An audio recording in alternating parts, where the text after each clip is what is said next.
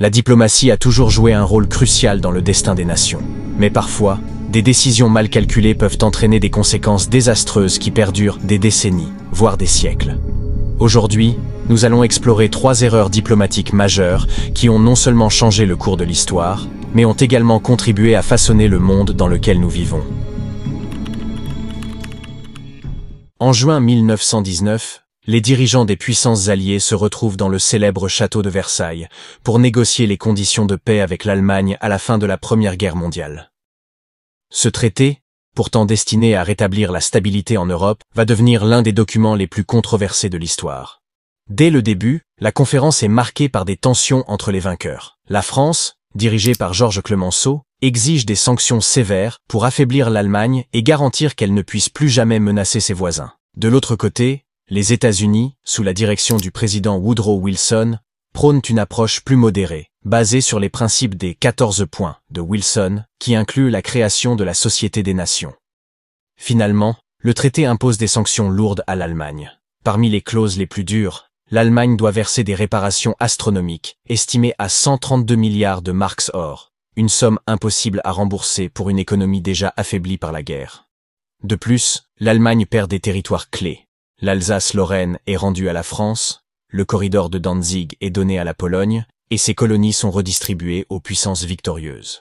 Mais la clause la plus dévastatrice, la fameuse clause de culpabilité, reste l'article 231, qui fait porter à l'Allemagne l'entière responsabilité de la guerre. Cette humiliation publique va profondément marquer le peuple allemand.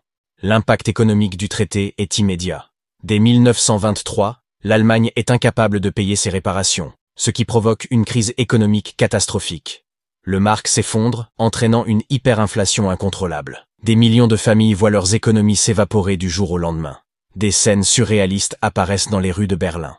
Des billets de banque qui ne valent plus rien et sont utilisés comme papier peint ou comme combustible. Cette situation économique désastreuse va jouer un rôle clé dans la montée en puissance d'Adolf Hitler. En exploitant le ressentiment national contre les diktats de Versailles, Hitler se présente comme celui qui rendra à l'Allemagne sa dignité perdue. Dès les années 1930, le parti nazi gagne en influence, et en 1933, Hitler accède au pouvoir. Le traité de Versailles, censé mettre fin à toutes les guerres, n'a fait qu'entretenir un sentiment de revanche en Allemagne. En moins de 2 décennies, la Seconde Guerre mondiale éclate, en grande partie à cause des tensions non résolues laissées par ce traité. Le traité de Versailles restera dans l'histoire comme une erreur diplomatique monumentale, où une paix trop punitrice a directement conduit à un nouveau conflit. Le traité de Versailles nous enseigne une leçon cruciale. Une paix ne peut être durable si elle repose sur l'humiliation d'un pays. L'équilibre fragile qui s'est effondré entre 1919 et 1939 nous rappelle que la diplomatie doit être fondée sur la justice et la réconciliation, plutôt que sur la punition et la vengeance. En 1827, un incident diplomatique mineur entre la France et la régence d'Alger va déclencher plus d'1 siècle de colonisation. Cet événement, connu sous le nom du coup d'éventail, aura des répercussions durables, non seulement sur l'Algérie mais aussi pour les relations franco-algériennes. Aujourd'hui, revenons sur cette erreur diplomatique aux conséquences désastreuses. À la fin du XVIIIe siècle et au début du XIXe, les relations entre la France et la régence d'Alger sont relativement pacifiques. Cependant, les tensions commencent à monter autour de la fameuse créance Bakri.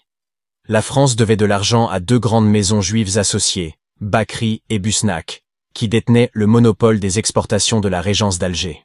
Ces maisons avaient vendu de grandes quantités de blé à crédit à la France durant la Révolution française, mais à des taux exorbitants. Si elles avaient obtenu des acomptes substantiels, elles étaient à leur tour endettées auprès du Dey d'Alger, Hussein Dey.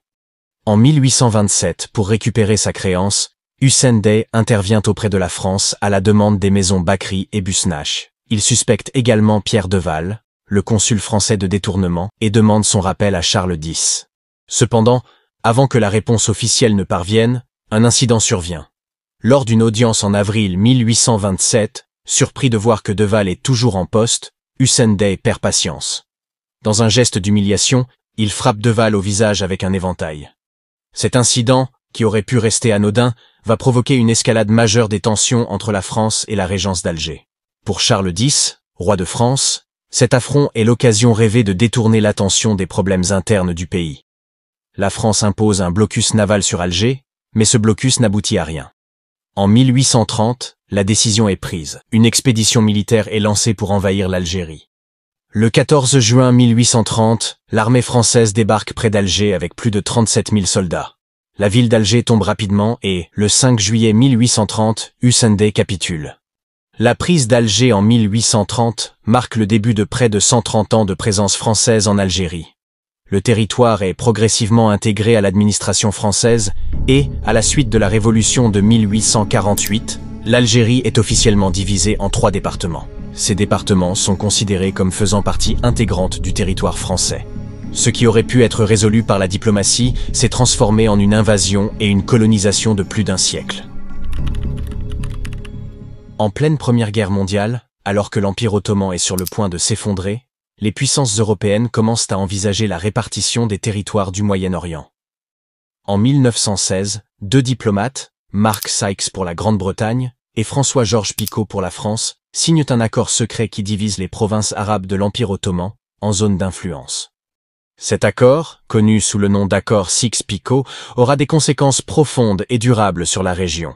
Selon cet accord, la France recevrait le contrôle de la Syrie et du Liban, tandis que la Grande-Bretagne obtiendrait l'Irak et la Palestine, avec une influence indirecte en Transjordanie.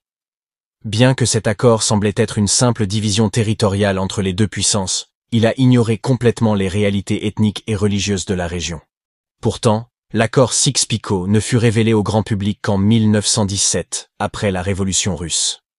Les Arabes, qui avaient été encouragés à se révolter contre les Ottomans avec la promesse de l'indépendance par les Alliés, se sont sentis trahis en apprenant que leur territoire avait déjà été secrètement divisé entre la France et la Grande-Bretagne. L'accord Sykes-Picot est aujourd'hui considéré comme l'un des plus grands facteurs d'instabilité dans la région. Il a créé des frontières artificielles qui ne prenaient pas en compte les réalités ethniques, religieuses et tribales. Ces frontières ont semé les graines des conflits actuels, notamment en Irak, en Syrie et au Liban. Le découpage maladroit de la région par Sykes et Picot continue d'avoir des répercussions sur les conflits du Moyen-Orient. L'accord Sykes-Picot montre à quel point il est dangereux de perdre une guerre, car celui qui est vaincu se retrouve soumis aux règles dictées par l'adversaire. Les frontières imposées par les vainqueurs, basées sur leurs propres intérêts, ont créé des tensions ethniques et religieuses profondes qui divisent encore la région plus d'1 siècle après la signature de cet accord. Voilà, c'est tout pour aujourd'hui. J'espère que vous avez apprécié cette vidéo. Si c'est le cas, n'oubliez pas de laisser un j'aime et de vous abonner à la chaîne pour ne rien manquer. À très bientôt pour une nouvelle vidéo.